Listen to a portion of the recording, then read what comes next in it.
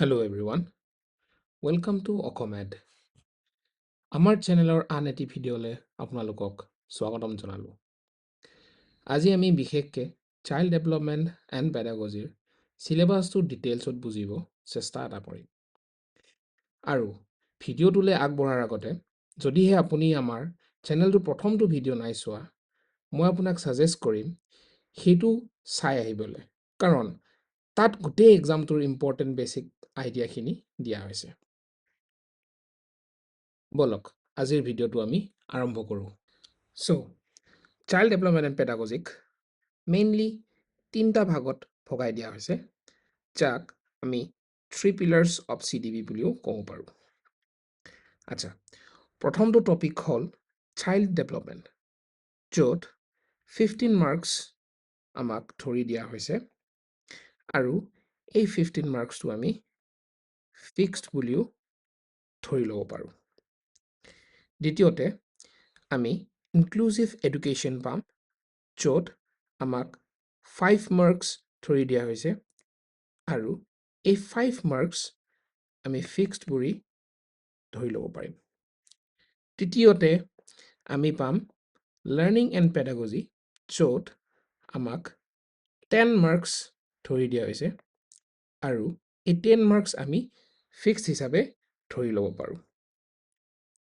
আৰু আপোনালোকে ফাৰ্ডাৰ দেখিবলৈ পাইছে যে এই গোটেই তিনিটা টপিকক আৰু ফাৰ্ডাৰ ছাব ডিভাইড কৰা হৈছে। বলক চাওঁ আহক, প্ৰথম টপিক চাইল্ড ডেভেলপমেণ্টৰ আমি কি কি পঢ়িম। চাইল্ড ডেভেলপমেণ্টত আমি প্ৰথমটো topic concept and principles of development পাম, য'ত আমি গ্ৰ'থ এণ্ড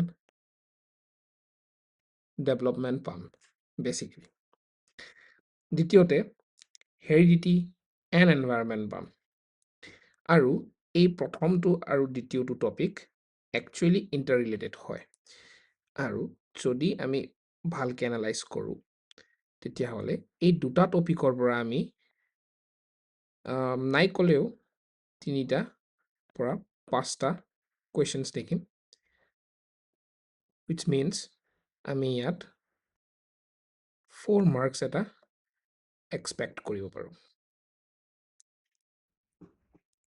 ঠিক আছে, তাৰপিছত পাম আমি ছ'চিয়েলাইজেশ্যন, য'ত বেছিভাগ আমি ইয়াৰ পৰা 1 মাৰ্কে দেখিব পাৰোঁ।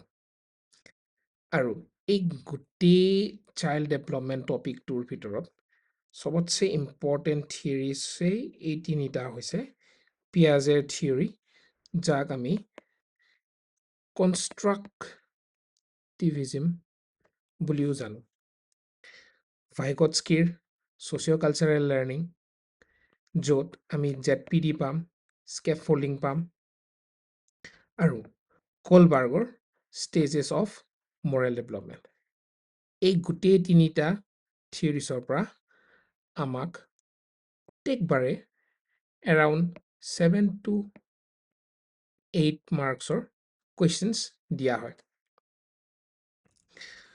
কেতিয়াবা এনেকুৱা হয় যে ওপৰৰ এই দুটা টপিকৰ পৰা 4 মাৰ্কৰ জেগাত 5 মাৰ্ক দি দিব, আৰু এই তিনিটা থিয়ৰিছৰ 7 to 8 মাৰ্কছৰ জেগাত আমাক 10 মাৰ্কছো দি দিব পাৰে। আৰু এইটো টোটেলি CBSEৰ ওপৰত ডিপেণ্ডেণ্ট, সিহঁতি কেনেকৈ মাৰ্কছবোৰ ইকুৱেলি ডিষ্ট্ৰিবিউট কৰিছে, য'ত আমি জন ডিভি বিষয়ে শিকিম। আৰু এই পাৰ্টটো child centred and progressive education, ই আমাৰ ইউনিট 3 লাৰ্ণিং এণ্ড পেডাগজিৰ লগতো ৰিলেটেড হয়। চ' আমি এই child centred and progressive education আৰু যদি জন ডিবিৰ বিষয়ে আমি ভালকৈ আমাৰ কনচেপ্টটো ক্লিয়াৰ কৰোঁ, তেতিয়াহ'লে আমি বহুত ইজিলি ইউনিট 3, য'ত আমাৰ 10 মাৰ্কছ ফিক্সড আছে, আমি বহুত ধুনীয়াকৈ আমি এই ইউনিট 3 পাৰ্টটো আমি ক্লিয়াৰ কৰিব পাৰিম এক্সামত।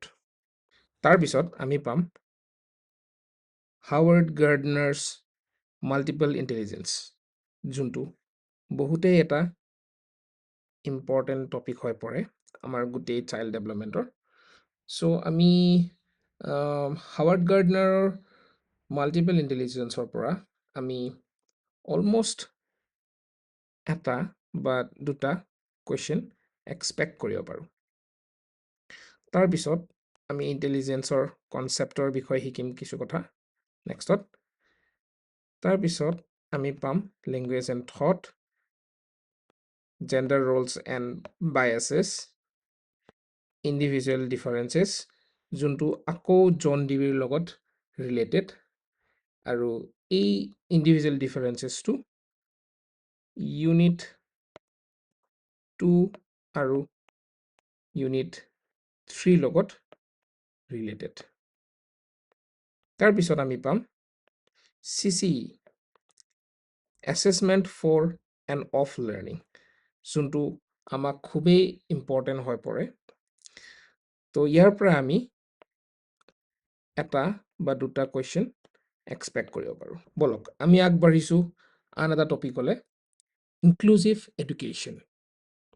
ইনক্লুজিভ এডুকেশ্যনত আমি আগতে দেখিছোঁ যে ইয়াত 5 মাৰ্কছ ধৰি দিয়া হৈছিলে, আৰু সেইটো আমি ফিক্সড হিচাপে ধৰি ল'ম। ঠিক আছে, প্ৰথমটো টপিক আমি পাম children from diverse socio' cultural backgrounds, য'ত আমি ডিছএডভান্টেজেছ আৰু ডিপ্ৰাইভড চিলড্ৰেনছৰ বিষয়ে পাম। তাৰপিছত আমি পাম লাৰ্ণিং ডিছেবিলিটিছ এণ্ড ইম্পেয়াৰমেণ্টছ।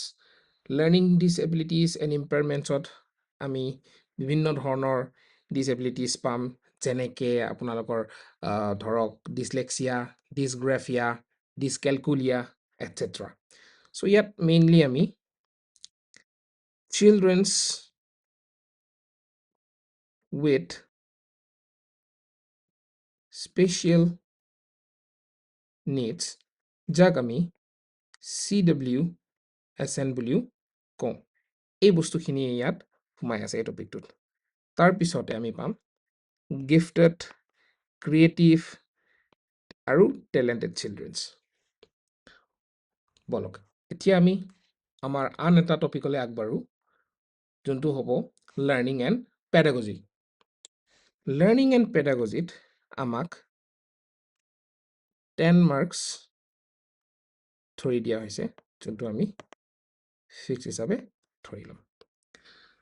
লাৰ্ণিং এণ্ড পেডাগজিৰ প্ৰথমটো টপিক হাউ চিলড্ৰেন লাৰ্ণ, শিশুৱে কেনেকৈ শিকে, বা বেৰিয়াৰ্ছ টু লাৰ্ণিং, শিকাৰ বাধা। চ' ইয়াত আমি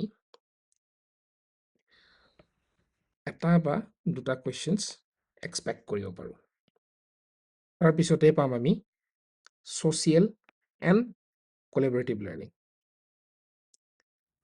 তাৰপিছত আমি পাম চাইল্ড এজ প্ৰব্লেম ছলভাৰ আৰু ইনকুৱাৰী বেছড লাৰ্ণিং। তাৰপিছত আমি পাম মিছকনচেপশ্যনছ এণ্ড এৰাৰ এনালাইচিছ, যাক আমি অল্টাৰনেটিভ কনচেপশ্যনছ হিচাপে ক'ব পাৰোঁ। আৰু এই গোটেই ইউনিটটো আমাৰ গোটেইকেইটা ইউনিটতকৈ আটাইতকৈ স্ক'ৰিং হয়। চ' ইয়াত মই খুব বিশ্বাসেৰে ক'ব পাৰোঁ যে আপোনালোকে যদি আমাৰ প্ৰিভিয়াছ ইউনিটৰ জন ডিউই আৰু যদি ইণ্ডিভিজুৱেল ডিফাৰেঞ্চেছ, এই দুটা টপিকক আপোনালোকে বহুত ভালকৈ যদি আপোনালোকে চাই যায় পৰীক্ষাত, তেতিয়াহ'লে আপোনালোকে এই গোটেই থাৰ্ড ইউনিটটোত আপোনালোকে 8+ ইজিলি স্ক'ৰ কৰিব পাৰিব। তাৰপিছত চাম আমি কগনিশ্যন, ইম'শ্যনছ এণ্ড মটিভেশ্যন। তাৰপিছত ফেক্টৰ্ছ এফেক্টিং লাৰ্ণিং। তাৰপিছত আমি পাম এছেছমেণ্ট, ফৰ্মেটিভ, ছামাৰাইজ এণ্ড ফিডবেক। আজিৰ ভিডিঅ'ত আমি গম পালোঁ যে চাইল্ড ডেভেলপমেণ্ট এণ্ড পেডাগজিক তিনিটা ভাগত ভাগ কৰোৱা হৈছে। প্ৰথমটো হ'ব চাইল্ড ডেভেলপমেণ্ট, দ্বিতীয়তে ইনক্লুজিভ এডুকেশ্যন আৰু তৃতীয়তে আমি পাওঁ লাৰ্ণিং এণ্ড পেডাগজি। এতিয়া আমি ইতিমধ্যে দেখিছোঁৱে যে চাইল্ড ডেভেলপমেণ্টটো গোটেই তিনিটা ইউনিটৰ ভিতৰত আটাইতকৈ ডাঙৰ ইউনিট, আৰু ইয়াত আমাক 15 মাৰ্কছ থৈ দিয়া হৈছে। ইনক্লুজিভ এডুকেশ্যন, ইয়াত আমাক 5 মাৰ্কছ থৈ দিয়া হৈছে। লাৰ্ণিং এণ্ড পেডাগজিত আমাক 15 মাৰ্কছ থৈ দিয়া হৈছে। চ' এতিয়া আমি যদি গোটেইখিনি যদি এড কৰোঁ তেতিয়াহ'লে আমি 30 মাৰ্কছ পাওঁ। কিন্তু আমি যদি আমাৰ পুৰণা ভিডিঅ'ত যদি আমি ৰেফাৰ কৰোঁ, চ' এই 30 মাৰ্কছৰ উপৰিও আমি যদি আন ছাবজেক্ট স্পেচিফিক পেডাগজিৰ মাৰ্কছখিনিও যদি ইয়াৰ লগত এই 30 মাৰ্কছৰ লগত যদি যোগ কৰোঁ, তেতিয়াহ'লে আমি 90 মাৰ্কছ অফ পিয়ৰ পেডাগজি পাওঁ, ৰাইট? চ' থেংক ইউ এভৰিৱান আজিৰ ভিডিঅ'টো চোৱাৰ বাবে। আৰু আপকামিং ভিডিঅ'ছত আমি আমাৰ যোনবোৰ লেচনছ হ'ব, আমাৰ প্ৰথমটো ইউনিট চাইল্ড ডেভেলপমেণ্ট, তাৰে প্ৰথমটো chapter concepts and principles of development বা গ্ৰথ এণ্ড ডেভেলপমেণ্ট আমি ষ্টাৰ্ট কৰিব গৈ আছোঁ। চ' আজিৰ ভিডিঅ'ত এইখিনিয়ে। Thank U.